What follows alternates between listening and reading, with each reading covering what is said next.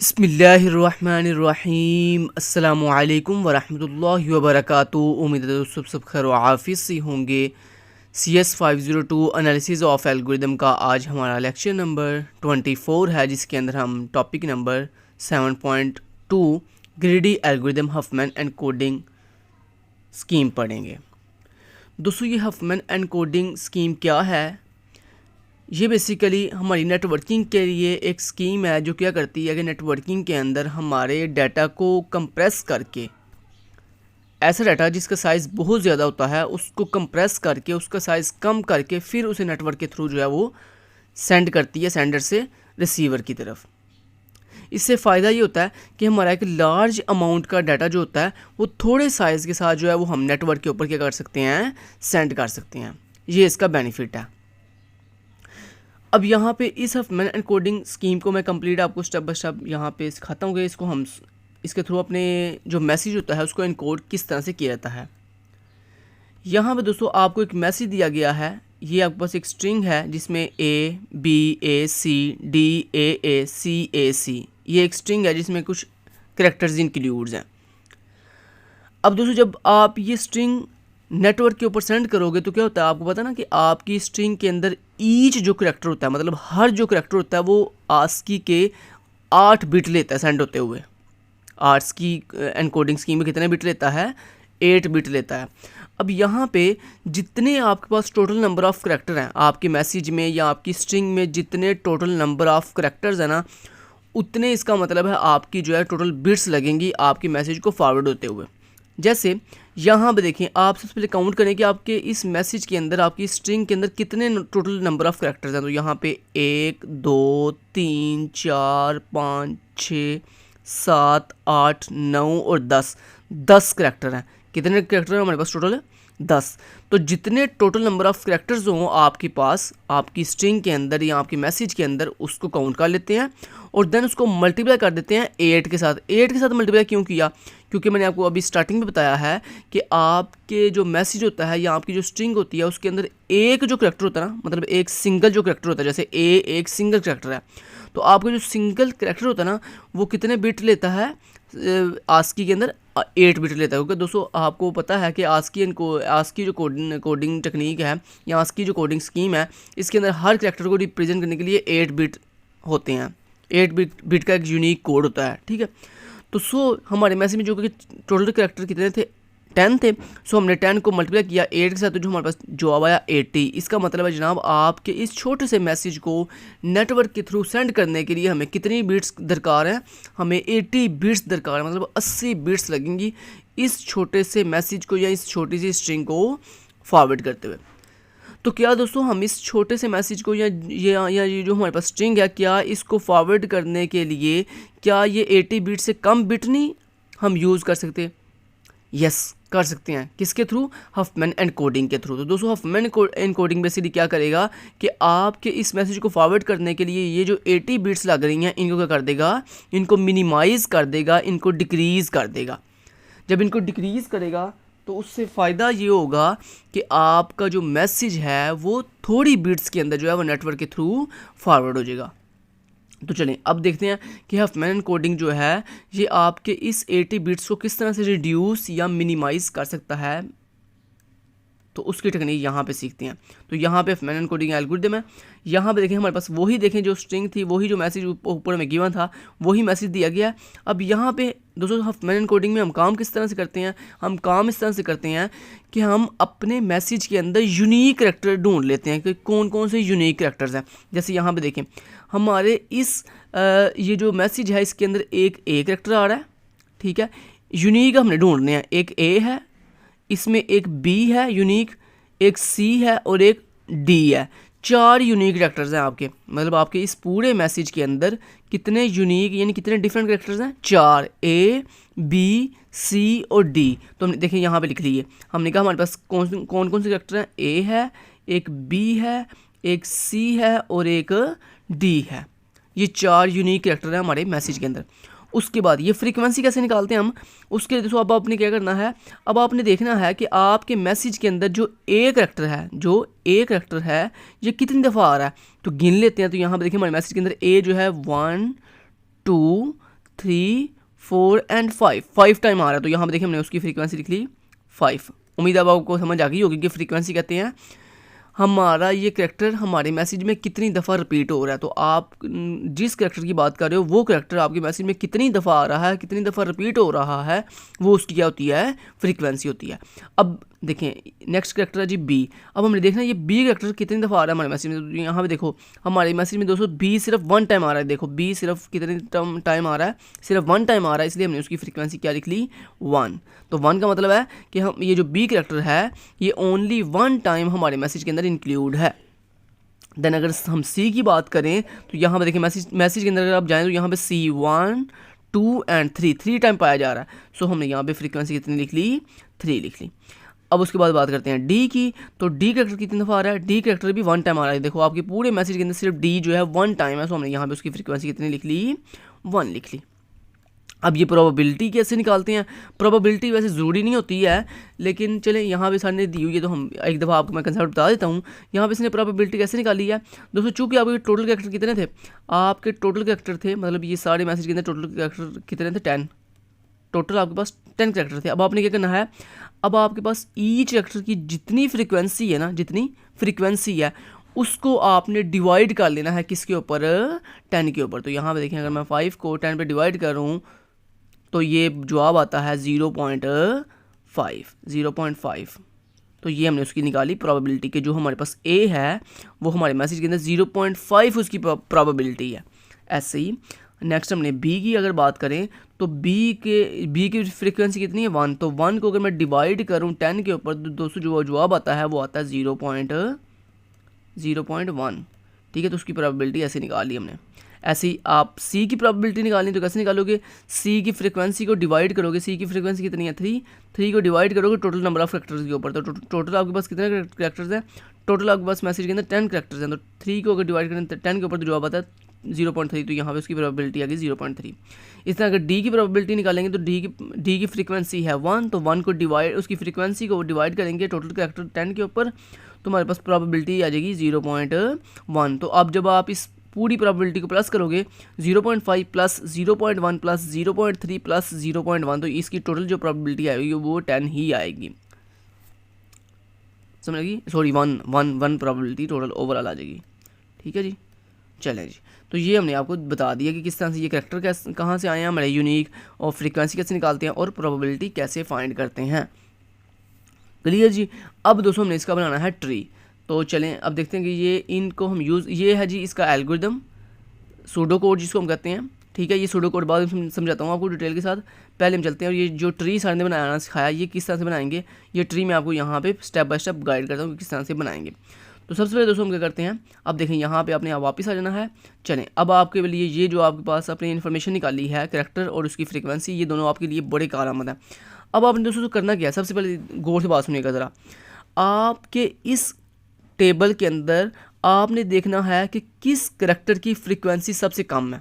तो यहाँ पे सबसे कम फ्रीक्वेंसी किसकी है, एक बी की और एक डी की। बी की भी 1 है और डी की भी 1 है, दोनों की सेम है। तो आप किसी भी एक को पिक कर लें।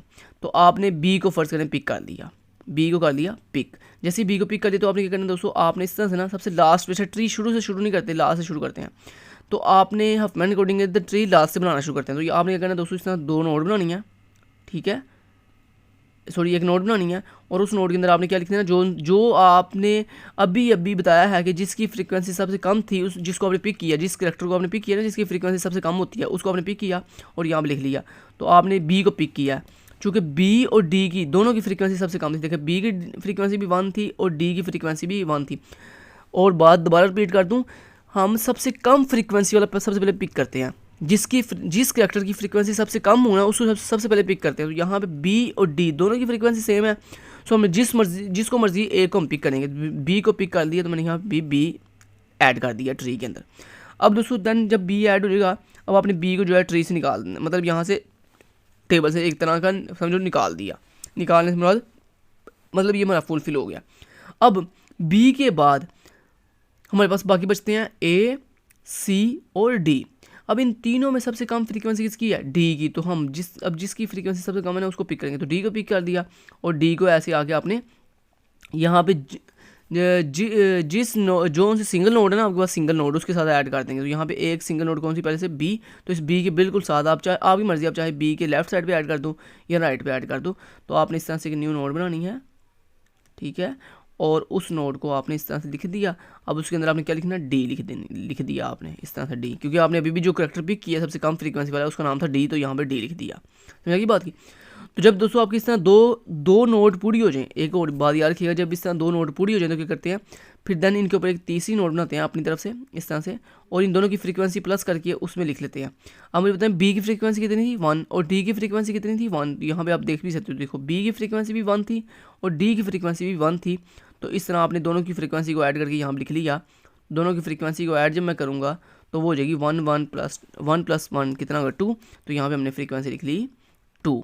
जब फ्रीक्वेंसी हमने 2 लिख लिया नहीं, अब आपने इसको कंबाइन भी करना है, मतलब ये जो फ्रीक्वेंसी है ये किसको मिलाने से आई है, तो ये फ्रीक्वेंसी बी को और डी को मिलाने से ये वाली फ्रीक्वेंसी 2 आई है।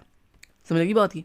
चलें जी, और ये जो आपने न्यू फ्रीक्वेंसी ऐड की बनाई है, इस फ्रीक्वेंसी को हम क्या करते हैं अपने इस टेबल के अंदर ऐड कर देते हैं सीक्वेंस के साथ। यहाँ मर्जी आप रख सकते हैं इसको 2 को इस तरह से। समझ बात की। अब दोस्तों आपने क्या करना है, अब आपने देखना है कि आपने बी भी ऐड कर लिया है, डी भी ऐड कर ली है। अब आपने देखना है कि अब आपके पास बाकी रिमेनिंग क्या बच गया, एक बच गया ए, एक बच गया सी, और एक ये 2 जो अभी भी आपने टेबल में ऐड किया। मतलब ये जो फ्रीक्वेंसी आप नहीं ऐड करते ना, इसको जाके टेबल में इम्बेड कर लेते हैं, ठीक है। तो ये एक 2 बच गया, एक ए और एक सी। अब देखें 2 जो है वो ऑलरेडी मेरे पास यहाँ पे वेरिएबल है, ठीक है। अब ये कितनी नोड है, एक सिंगल नोड है, चूँकि हमने 2 नोड को मिलाना होता है। सो एक नोड मेरे पास तो ये अवेलेबल है, अब एक और मुझे चाहिए। तो उसको लेने के लिए हम क्या करेंगे, हम यहाँ पे देखेंगे हमारे पास ये जो 2 करैक्टर बच गए हैं ए और सी, इन दोनों में से सबसे कम फ्रीक्वेंसी किसके पास है। तो ए की फ्रीक्वेंसी है 5, सी की फ्रीक्वेंसी है 3, तो हम सी को पिक करेंगे। जैसे हम सी को पिक करेंगे तो यहाँ पे आपने देखना ट्री में कि कौन सी नोड आपके पास सिंगल नोड है।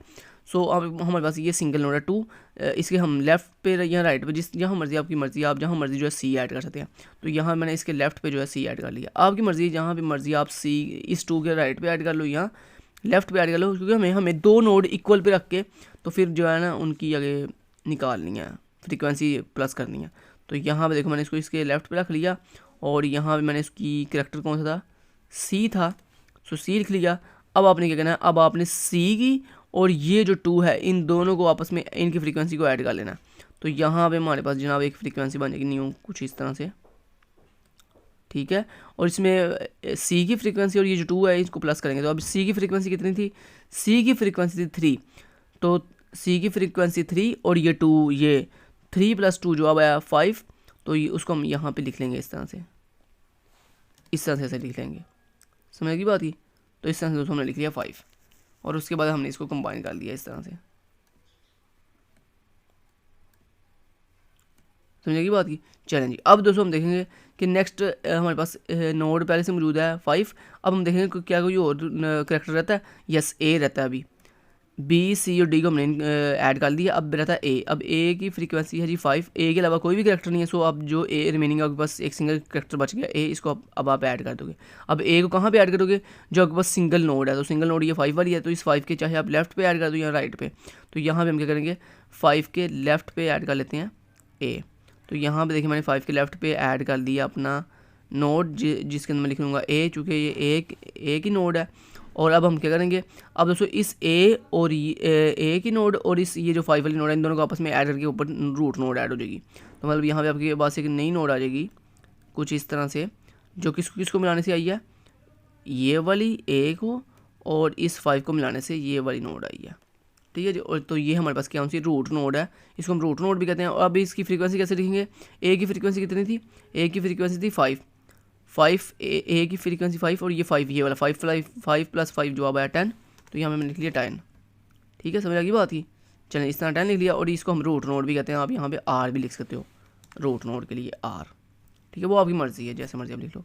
और आप चाहो तो ये वैल्यू ना भी लिखो, जैसे ये देखो यहाँ पे आपके हैंडआउट्स में आप जो आप ऐड करते हो उसको देखो सारे एम्प्टी छोड़ा हुआ है, लाजमी कि उसके अंदर आप कुछ लिखो, ठीक है।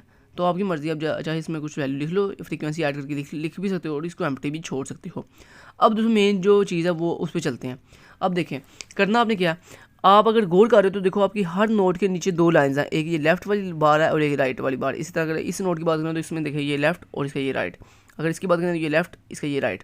अब आपने क्या करना है, एक साइड को आपने 0 वैल्यू देनी है और दूसरी साइड को आपने 1 वैल्यू देनी है।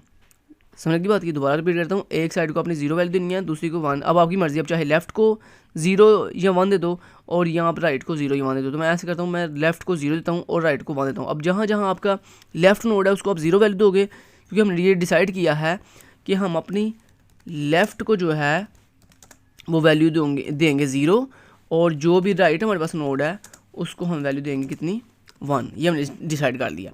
अब देखें ये जो है ये इसकी लेफ़्ट साइड है, ऐसी है ना, ये देखें, ये अगर मैं इसको बताऊँ, ये इस नोड की लेफ़्ट साइड है और ये इस नोड की राइट साइड है। तो यहाँ पे अब हम क्या करोगे, जो लेफ़्ट साइड है उस पर 0 लगा देंगे, तो ये 0 यहाँ पे आ जाएगा और यहाँ पे आ जाएगा 1। ठीक है जी। इसी तरह अगर इस नोड की बात करें तो इस नोड का ये लेफ़्ट है और ये इसका राइट है, सो हम इसके लेफ़्ट पे 0 और राइट पे 1 ऐड कर देंगे, कुछ इस तरह से 1 ऐड कर देंगे। ऐसे अगर हम इस नोड की बात करें तो ये इसका लेफ़्ट है और ये इसका राइट है, तो यहाँ पे उसके लेफ़्ट में हम जो है वो 0 ऐड करेंगे और उसके राइट पे हम 1 ऐड कर देंगे, कुछ इस तरह से। समझ लगी बात की। चलें जी, अब दोस्तों आपने क्या करना है, अब आपने इनके जो आपने ये 0101 लगाया है इसकी बेस पर आपने इनके एड्रेस फाइंड करने हैं, इनके कोड्स फाइंड करने हैं। अब यहाँ पे कोड कैसे फाइंड करते हैं वो आपको बता देता हूँ। यहाँ पे देखें ए का कोड क्या है वो आप बताओगे, ठीक है जी। ए का कोड है दोस्तों। अब आपने इन कोड निकालते कैसे हैं वो भी बता देता हूँ। देखो, अगर आप रूट नोड से ए की तरफ जाओ तो बताओ रास्ते में कौन कौन से डिजिट आ रहे हैं। देखो, अगर मैं इस तरह रूट नोड से ए की तरफ आऊँ तो रास्ते में सिर्फ एक ही डिजिट आ रहा है जिसका नाम है 0, जो है 0। तो यहाँ पे आप क्या कर लोगे, यहाँ पे ए के आप लिख लोगे उसका कोड, हफमैन के अकॉर्डिंग उसका कोड क्या है 0।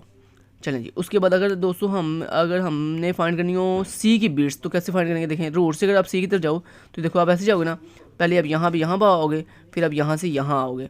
तो यहाँ पे देखो इस रास्ते में कितनी कितनी वैल्यूज आ रही हैं, पहले 1 है फिर 0 है। तो इसका मतलब है हमारे पास जनाब सी का जो कोड है, सी का जो कोड है वो क्या है, सी का कोड है 1 फिर 0। अगर दोस्तों मैं बी की बात करूं तो बी के पास कौन सा कोड है, यहाँ पे अगर आप गौर करो तो यहाँ पे देखो, अगर आपने यहाँ से रूट नोड से जाना हो बी की तरफ तो आप कैसे जाओगे, पहले आप यहाँ से यहाँ आओगे, फिर आप यहाँ से यहाँ आओगे, फिर आप यहाँ से यहाँ आओगे। देखो 1 इस रास्ते में कितनी वैल्यूज आ रही हैं, देखो 1, पहले यहाँ से यहाँ 1, फिर यहाँ से यहाँ फिर 1, फिर यहाँ से 0, तो मतलब 1 1 0। तो मतलब बी का कोड क्या है, बी का जो यूनिक कोड है हमारे पास वो है जी 1 1 0। मतलब बी को रिप्रेजेंट कर, अब हम किसके साथ करेंगे, 1 1 0 के साथ। उसके बाद अगर हम दोस्तों डी की बात करें तो डी पे आने के लिए आप इस तरह से यहाँ आओगे, फिर यहाँ से यहाँ, फिर यहाँ से यहाँ। तो रास्ते में कितनी वैल्यू आ रही है, 1 1 और 1। तो यहाँ पे आप लिख लोगे इस तरह से, आप इस तरह लिख लोगे डी कॉलन 1 1 1। ले जी, अब दोस्तों आपने क्या करना है, अब आप गौर करो ज़रा, गौर तो ये आपकी ओरिजिनल बीट्स आ गई हैं। मतलब ए को रिप्रेजेंट करने के लिए आपको एक बिट लगेगी, सिंगल बिट लगेगी जो कि 0 है। उसके बाद सी को रिप्रेजेंट करने के लिए आपको 2 बिट लग रही हैं। देखो, सी को रिप्रेजेंट करने के लिए आपको 2 बिट लग रही हैं, और बी को रिप्रेजेंट करने के लिए आपको 3 बिट लग रही हैं, और डी को रिप्रेजेंट करने के लिए आपको 3 बिट लग रही हैं। ठीक है जी। तो अब आपके पास जो ए की फ्रीक्वेंसी है उसके साथ अगर आप इसको लेके चलो तो आप कैसे चलोगे। देखो ज़रा, ए की फ्रीक्वेंसी कितनी थी, ए की फ्रीक्वेंसी थी, यहाँ पे अगर मैं आऊँ तो यहाँ पे आप गौर करो ज़रा, ए की फ्रीक्वेंसी थी 5। तो अब जो आपके पास 5 जो है मल्टीप्लाई होगा 1, मतलब ए को रिप्रेजेंट करने के लिए, हाँ, ए को सेंड करने के लिए कितनी बिट यूज़ हो रही हैं, 1। तो 1 को मल्टीप्लाई करेंगे उसकी टोटल फ्रीक्वेंसी के साथ, मतलब ए 5 टाइम रिपीट हो रहा है, तो इसका मतलब है 5 को मल्टीप्लाई किया उसकी बिट्स के साथ 1, तो 5 × 1 = 5।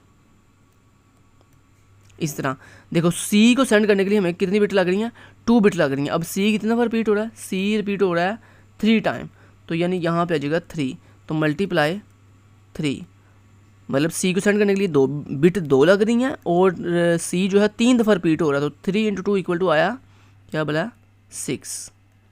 इसी तरह बी को रिप्रेजेंट करने के लिए हमारे पास कितनी बिट लग रही हैं, 3, और बी की जो फ्रीक्वेंसी है वो 1 है, सो हमने 1 को मल्टीप्लाई किया 3 के साथ, जवाब आया 3।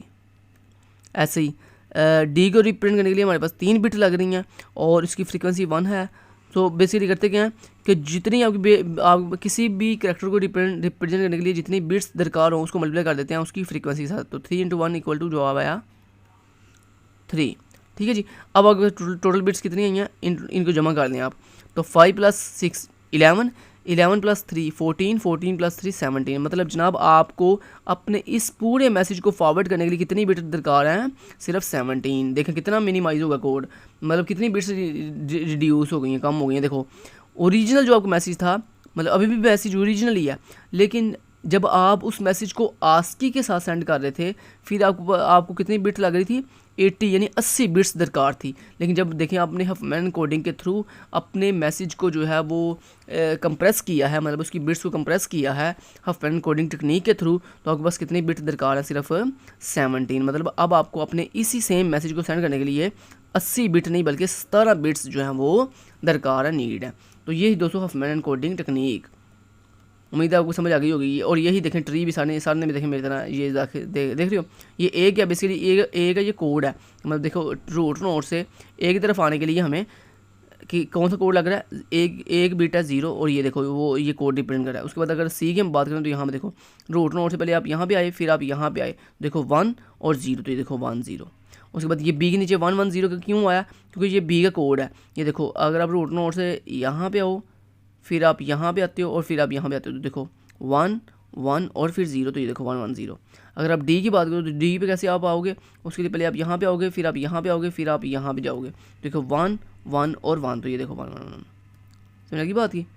चलें जी, तो कुछ इस तरह से।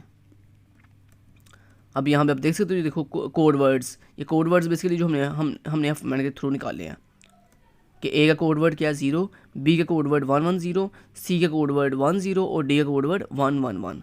और यही सारे मैसेज में हो गए पुट कर दिए। देखो हमारे पास मैसेज क्या था? A B A C D A सी ए सी। ए के लिए क्या कोड था? 0। बी के लिए क्या कोड है? 1 1 0। ए के लिए क्या कोड है? फिर अगेन 0। मतलब हर कैरेक्टर के नीचे हमने फिर उसको अब अगेन कोड लिख दिया सीक्वेंस के साथ। तो हमारे पास टोटल कितनी बिट आन रही हैं? ये देखो 17, कि मैं 17 बिट जो है वो नीड है, 17 बिट की ज़रूरत है। ठीक है जी। अब कहता है जनाब हमारे पास जो बाइनरी ट्री का जो बाइनरी ट्री कह रहा हूँ, हमारे पास जो हफमैन कोडिंग ट्री है उसके अंदर हमारे पास कितनी बिट लगती हैं, इसको हम कैसे फाइंड करते हैं? उसके लिए एन क्या है? N total number of elements हैं। उसके बाद पी ऑफ एक्स और डी ऑफ एक्स, ये P mean probability of X, मतलब जो आपके एक्स क्या है? एक्स एलिमेंट है, एलिमेंट मीन करेक्टर, ये जो मतलब आपका करेक्टर है, ये करेक्टर, ठीक है।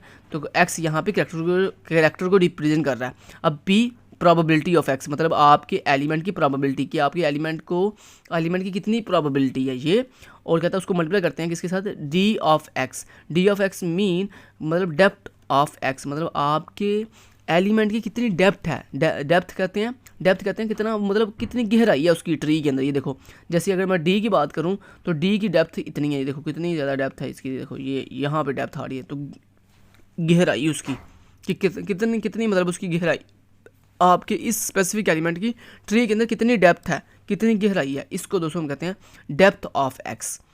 ठीक है जी। तो कहता हम अगर अब हमने अपनी जो है ना वो एलिमेंट की प्रोबेबिलिटी और उसकी डेप्थ को अगर मल्टीप्लाई कर दें तो हमारे पास जो है वो फाइनल जो है वो आ जाती है कंक्लूजन, मतलब फाइनल बिट्स हमें बस कैलकुलेट होके आ जाती है कि हमारे पास इतने टोटल नंबर ऑफ बिट्स जो हैं वो लगेंगी। तो ये बेसिकली इसका समझें फार्मूला है, इसकी मतलब उसकी final number of bits find करने का।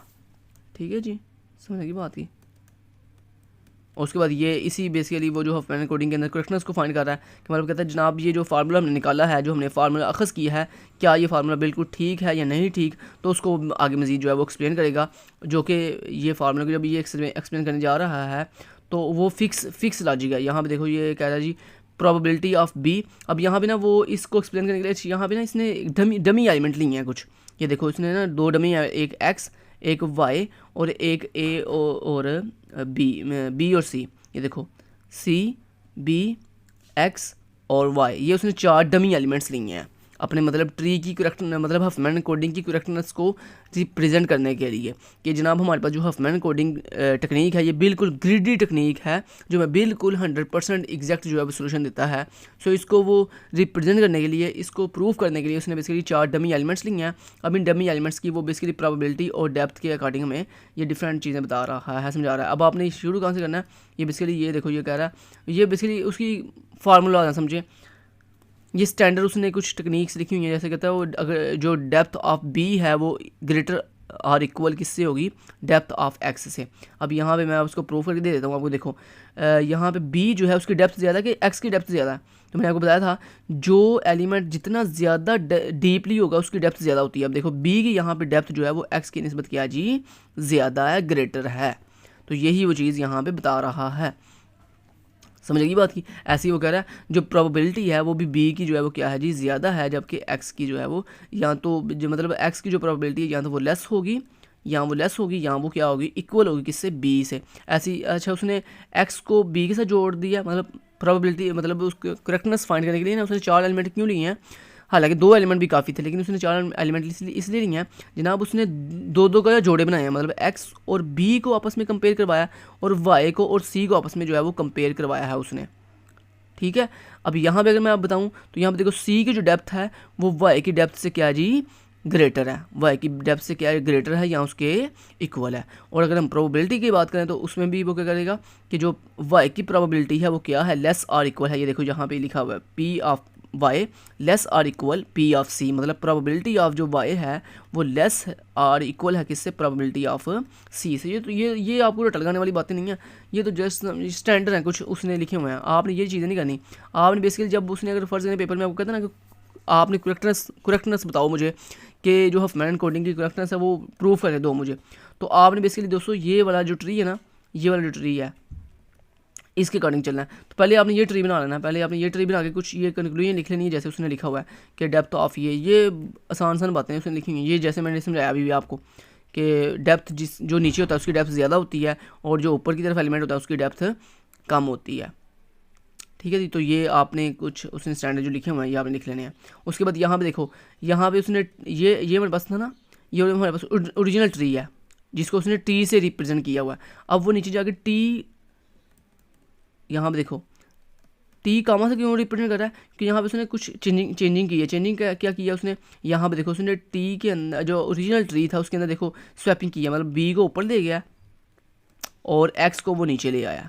जब उसने स्वैपिंग की है तो अब देखिए उसने जब ट्री में चेंजिंग की तो वो क्या बन गया, टी ऑफ कामा बन गया, मतलब एक नया ट्री बना लिया जिसमें उसने देखें बी ऊपर चला गया, अब एक्स नीचे आ गया। अब एक्स की यहाँ पे डेप्थ ज़्यादा है जबकि बी की डेप्थ यहाँ पे कम है, ठीक है। इसी चीज़ को उसने प्रूव करने के लिए यहाँ पे देखो उसने कुछ कंक्लूजन दी है, यहाँ पे आप देख सकते हो। अच्छा ये जो स्टेटमेंट ना ये पहली वाली ये आपने जो है ना वो चाहे मेरी तरफ से टल बड़ी ईजी है। देखो वो कहता है जी प्रोबेबिलिटी ऑफ एक्स और डेप्थ ऑफ एक्स जो है उसको आप प्लस करोगे किसके साथ, प्रोबेबिलिटी ऑफ एक्स और डेप्थ ऑफ बी के साथ। मतलब जब उसने एक्स की बात की फिर उसने आगे उसके साथ प्लस किया है प्रोबेबिलिटी ऑफ एक्स को और डेप्थ ऑफ बी को।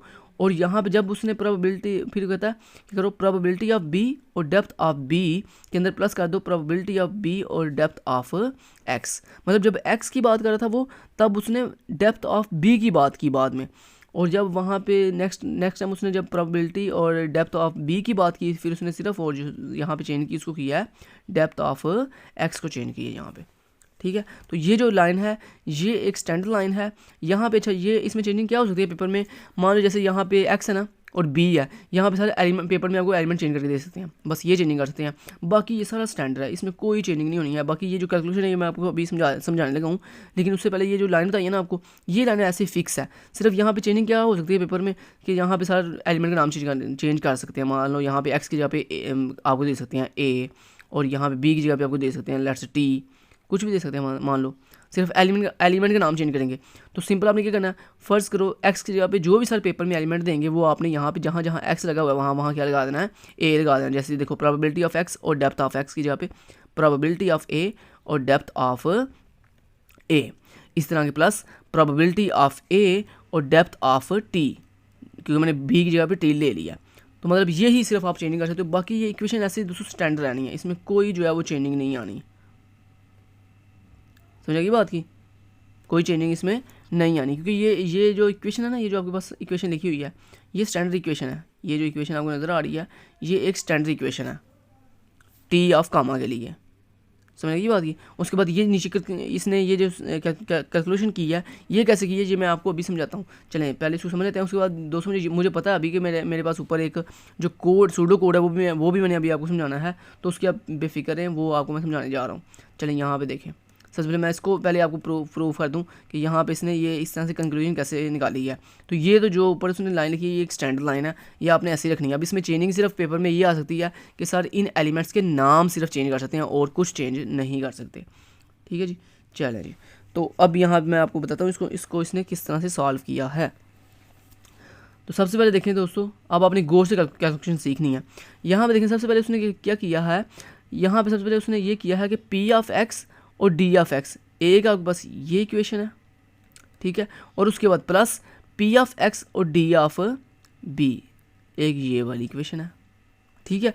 अब दोस्तों उसने क्या किया, उसने बेसिकली इनको इंटरचेंज स्वैप कर दिया, मतलब इसको यहाँ पे ले आया है वो इस जगह पे, और इस वाली इक्वेशन को वो यहाँ पे ले गया है इस वाली जगह पे। आप देख सकते हो जी, देखो plus P of X D of B यहाँ पे ले आया वो, और minus P of X D of X यहाँ पे ले आया, इन दोनों को आपस में इंटरचेंज कर दिया। इसी तरह उसने इसको और इसको आपस में इंटरचेंज कर दिया, मतलब इसको यहाँ पे ले आया और इसको वो यहाँ पे ले गया, ठीक है। ये उसने सिर्फ इतना काम किया, समझ गई बात की। चैलेंज अब जब दोस्तों हमने यहाँ पे इसको यहाँ ले आया, तो यहाँ क्या हुआ कि उसने ना इन दोनों में से ये वाली इक्वेशन और ये वाली इक्वेशन, इन दोनों में से पी ऑफ एक्स कॉमन ले लिया। देखो पी ऑफ एक्स उसने क्या कर दिया, मतलब प्रोबेबिलिटी ऑफ एक्स उसने कॉमन ले लिया।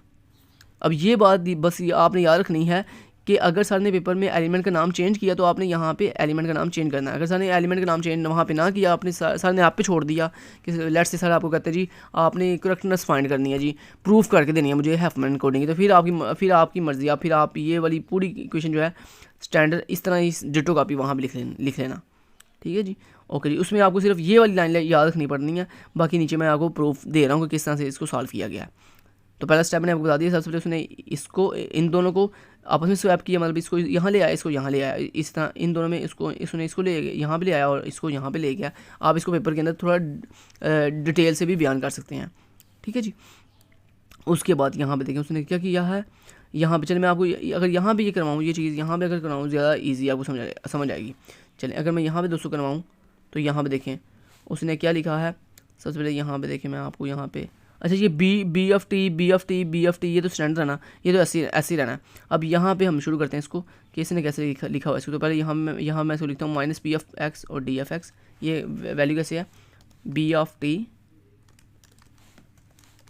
ठीक है जी, और माइनस आगे क्या G P of x probability of X और डेप्थ ऑफ एक्स, यही था। उसके बाद था प्लस क्या बोला प्रोबेबिलिटी ऑफ एक्स था, और आगे डेप्थ ऑफ बी था, ठीक है। और उसके बाद क्या था बोला, उसके बाद था माइनस प्रोबेबिलिटी ऑफ बी, ठीक है, और डेप्थ ऑफ बी। ये देखें मुझे ज़बानी याद होगी इक्वेशन। उसके बाद प्लस था और उसके बाद था प्रोबेबिलिटी ऑफ बी और डेप्थ ऑफ एक्स, ये इक्वेशन थी बेसिकली आपके पास, ठीक है जी। यहाँ पे आप शुरू पे इसकी इक्वल भी लगा सकते हो इस तरह से इक्वेशन के शुरू पे। अच्छा उसके बाद आप क्या करोगे, अब इक्वल बी ऑफ टी। अच्छा उसने क्या किया था यहाँ पे, जैसे मैंने आपको बताया था कि उसने बेसिकली इन दोनों का आपस में स्वैप किया और इन दोनों का आपस में स्वैप किया। जब उसने स्वैप किया इसको यहाँ ले आया और इसको इसकी जगह पे ले आया, ठीक है। तो क्या होगा बोला ये वाली इक्वेशन यहाँ पे आएगी, तो कैसे ये बनेगा, उसके लिए जनाब बनेगा कुछ इस तरह। देखो जब ये वाली पूरी इक्वेशन उठ के यहाँ पे आई तो ये जो प्लस इसके साथ ये जो प्लस है ये प्लस ऐसे इस तरह से आ जाएगा, और बाकी सारी इक्वेशन ऐसी रहेगी, एक्स वैसे ही आ जाएगा और आगे डी ऑफ बी आ जाएगा, ठीक है जी। उसके बाद आ जाएगा मतलब ये वाली जो इक्वेशन आप इसकी जगह पे आ जाएगी, तो मतलब माइनस और उसके बाद प्रोबेबिलिटी ऑफ एक्स और डेप्थ ऑफ एक्स, चलें जी। और उसके बाद सेम यही ये इन दोनों में भी ऐसे ही होगा, ये वाली प्लस ये जो प्लस वाली इक्वेशन है ये यहाँ पे आ जाएगी और ये माइनस वाली ये इसकी जगह पे चली जाएगी। तो हम लिखेंगे प्लस और उसके बाद प्रोबेबिलिटी ऑफ बी, और उसके बाद क्या आ जाएगा, उसके आवाज़ आ जाएगा डेप्थ ऑफ एक्स, और उसके बाद ये वाली इक्वेशन अब यहाँ पे आ जाएगी, तो माइनस प्रोबेबिलिटी ऑफ बी और डेप्थ ऑफ बी। अब समझ आएगी बात की। चलें इतना हो गया। अब दोस्तों आपने क्या करना है, अब देखो यहाँ पे एक चीज़ आपको बताऊँ, यहाँ पे देखो ये वाली इक्वेशन और ये वाली इक्वेशन में से आपने क्या करना है, देखो पी एफ एक्स यहाँ पर भी है, इसमें भी, और पी एफ एक्स इसमें भी है। इसी तरह अगर आप इन दोनों में की बात करो, मतलब इसकी और इसकी बात करो, तो इसमें पी एफ बी यहाँ पे भी है और पी एफ बी यहाँ पे भी है। तो आप इनको ले लोगे कॉमन कुछ इस तरह से।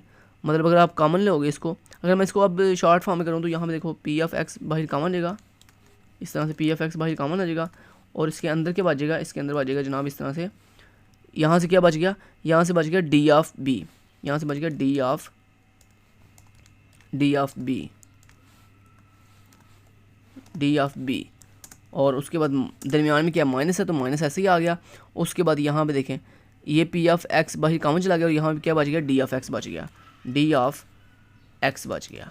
ठीक है, अब अगर मैं यहाँ पे दिखाऊँ तो यहाँ पे देखें उसने ऐसे किया, देखो पी ऑफ एक्स बाहर कॉमन चला गया और यहाँ पे इसमें से क्या बच गया, ये देखो क्योंकि यहाँ पे ये स्वैपिंग हुई थी ना, तो यहाँ पे डी ऑफ बी ये आ गया, उसके बाद माइनस डी ऑफ एक्स, ये देखो यहाँ पे मैंने भी तो ऐसे किया, ये देखो ऐसे किया मैंने पी एफ एक्स और उसके बाद इसी तरह आप क्या करोगे, दरमियान में ये प्लस का सिंबल है, ये वाला मेन प्लस, ये मेन प्लस ऐसे ही आ गया। उसके बाद ये इन दोनों में से आप पी ऑफ बी कॉमन करोगे, तो पी ऑफ इस तरह बी कॉमन ले लोगे, और अंदर क्या बच गया आपके पास, अंदर इस इक्वेशन में से बच गया डी ऑफ एक्स बच गया आपके पास।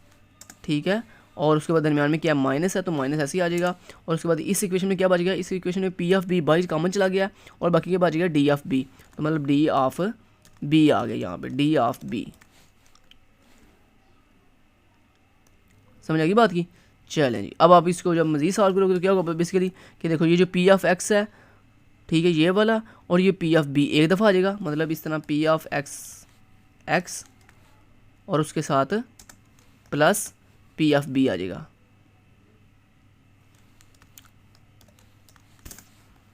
और इसी तरह ये जो वैल्यूज़ है, और ये देखो ये और ये वाली पूरी इक्वेशन देखो सेम है। अब इसमें ये वाली इक्वेशन अगर आप गोल करें तो इसमें देखो ये वाली इक्वेशन और ये वाली इक्वेशन सेम है, सो हम इसको एक दफ़ा लिखेंगे, सिर्फ इन दोनों को सिर्फ मर्ज करके एक दफ़ा इसके साथ लिखेंगे। तो यही चीज़ दोस्तों सारे ने यहाँ पे की है, अब गौर से देख सकते हो। देखो यहाँ से अगर हम इसको आपस में करें, इंटरचेंज करें, सॉरी इंटरचेंज नहीं करेंगे, अब क्या होगा बोला कि ये जो प्लस है ये माइनस से मल्टीप्लाई होगा, तो जब माइनस माइनस यहाँ पे आ गया मेन माइनस, उसके बाद पी एफ एक्स यहाँ पे है और यहाँ पे पी एफ बी है, तो यहाँ पे देखो पी एफ बी और उसके बाद पी एफ एक्स ऐसे आ गया। समझ की बात की। और उसके बाद इस तरह ये जो आ गया आपकी इक्वेशन थी ये पूरी की पूरी ये ऐसे ही जो है वो लिखी जाएगी। ये देखो क्योंकि ये भी यहाँ पे दोनों दो दफ़ा ये कॉमन वैल्यू सेम वैल्यू है, तो हम उसको सिर्फ एक दफ़ा लिखेंगे। तो यही चीज़ हमने यहाँ पे की है।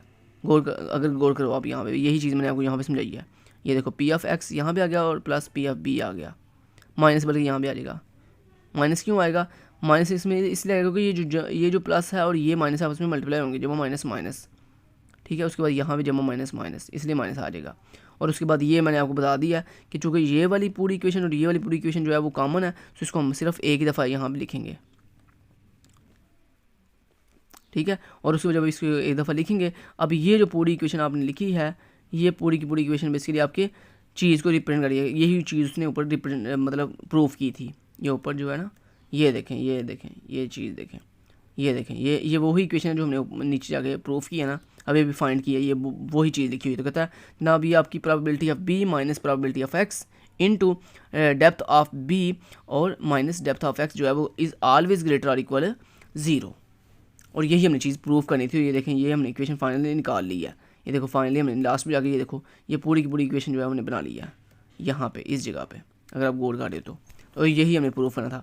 अब इसी तरह उसने ये जो जब उसने पहले उसने किसको प्रूफ किया, पहले उसने टी ऑफ कामा के अंदर बी और एक्स को प्रूफ किया।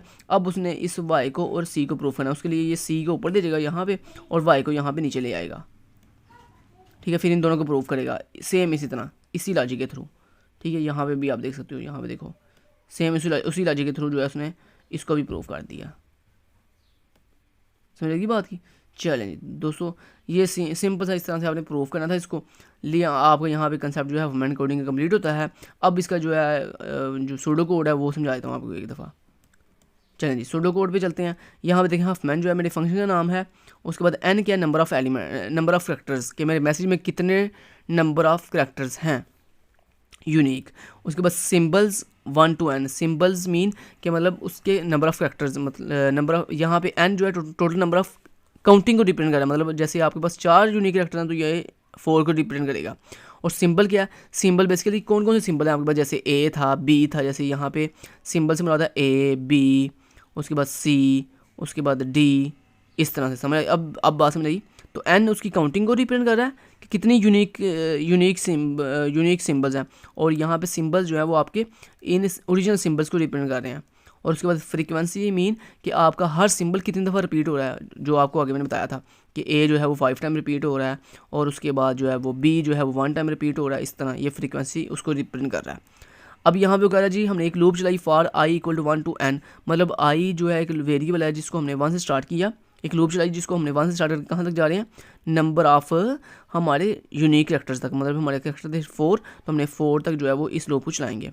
उसके बाद हमने क्या किया, हमने बेसिकली दोस्तों एक ट्री नोड सिंबल्स ऑफ आई और फ्रीक्वेंसी ऑफ आई, मतलब हमने एक ट्री नोड बनाई जिसके अंदर हमारे सारे यूनिक सिंबल्स और उसमें सारे के सारे क्या जी उनकी रिस्पेक्टेड जो है वो फ्रीक्वेंसी लिखी हुई है, और उसको हमने एक टी के अंदर बंद कर दिया, टी नोड के अंदर बंद कर दिया, जैसे यहाँ पे मैंने किया था, जैसे यहाँ पे सर ने किया है, ये नीचे जाके ये देखो यहाँ पे देख रहे हो कि मतलब एक ट्री हमने बनाया जिसके अंदर पहले हमने क्या किया कि सारे के सारे कैरेक्टर्स और उनकी फ्रीक्वेंसी जो है वो ऐड कर दी है, यूनिक कैरेक्टर्स। ठीक है, तो यही चीज़ हम यहाँ पे कर रहे हैं, यहाँ पे यही चीज़ हो रही है कि ये जो कह रहे हैं ना ट्री नोड बनाओ एक, और उसमें सारे के सारे जो सिंबल ऑफ आई रख दो और उसमें फ्रीक्वेंसी ऑफ आई, मतलब हम एक ट्री बना रहे हैं जिसके अंदर तरतीब के साथ जो है वो अपने सारे के सारे सिंबल्स यूनिक और उनकी फ्रीक्वेंसी जो है वो रिस्पेक्टेड फ्रीक्वेंसी रखते जा रहे हैं, और उसको हमने ट्री को एक नाम दे दिया, किसका, टी का।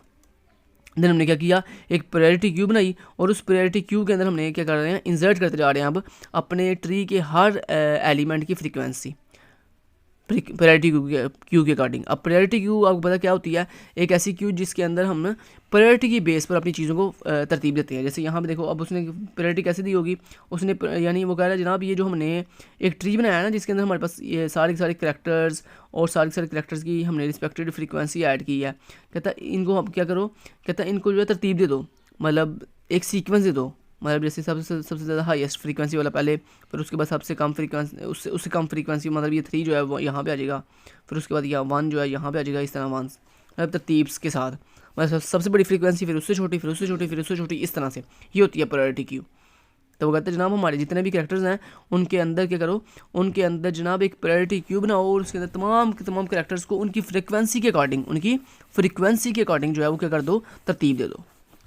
देन उसने क्या किया, कहता है for I equal to 1 to n - 1, कहता है अब क्या करो, अब जनाब एक लूप मजीद चलाओ 1 से लेकर कहाँ तक, जितने टोटल एलिमेंट्स हैं उनमें से -1, मतलब टोटल एलिमेंट 4 है तो मतलब 3 तक ये जाएगा।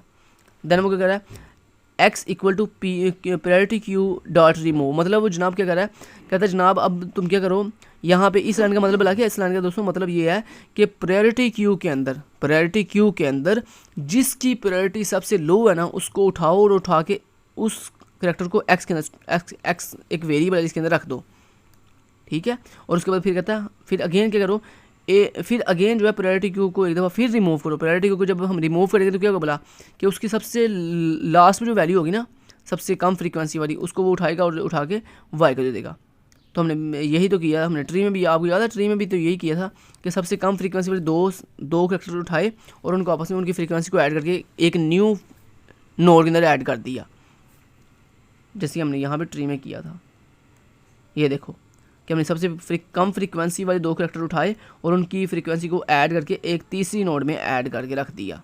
तो यही यहाँ पे कर रहा है सूडो कोड कि अब इसके लिए उसने पहली सबसे कम फ्रीक्वेंसी उठाई उसको x का नाम दे दिया, और दूसरी सबसे कम फ्रीक्वेंसी उठाई उसको y का नाम दे दिया, और फिर इन दोनों को आपस में ऐड करके जो तीसरी नोड बनाई है नहीं उसको उसने z का नाम दे दिया। ठीक है, तो यही वो यहाँ पे कर रहा है।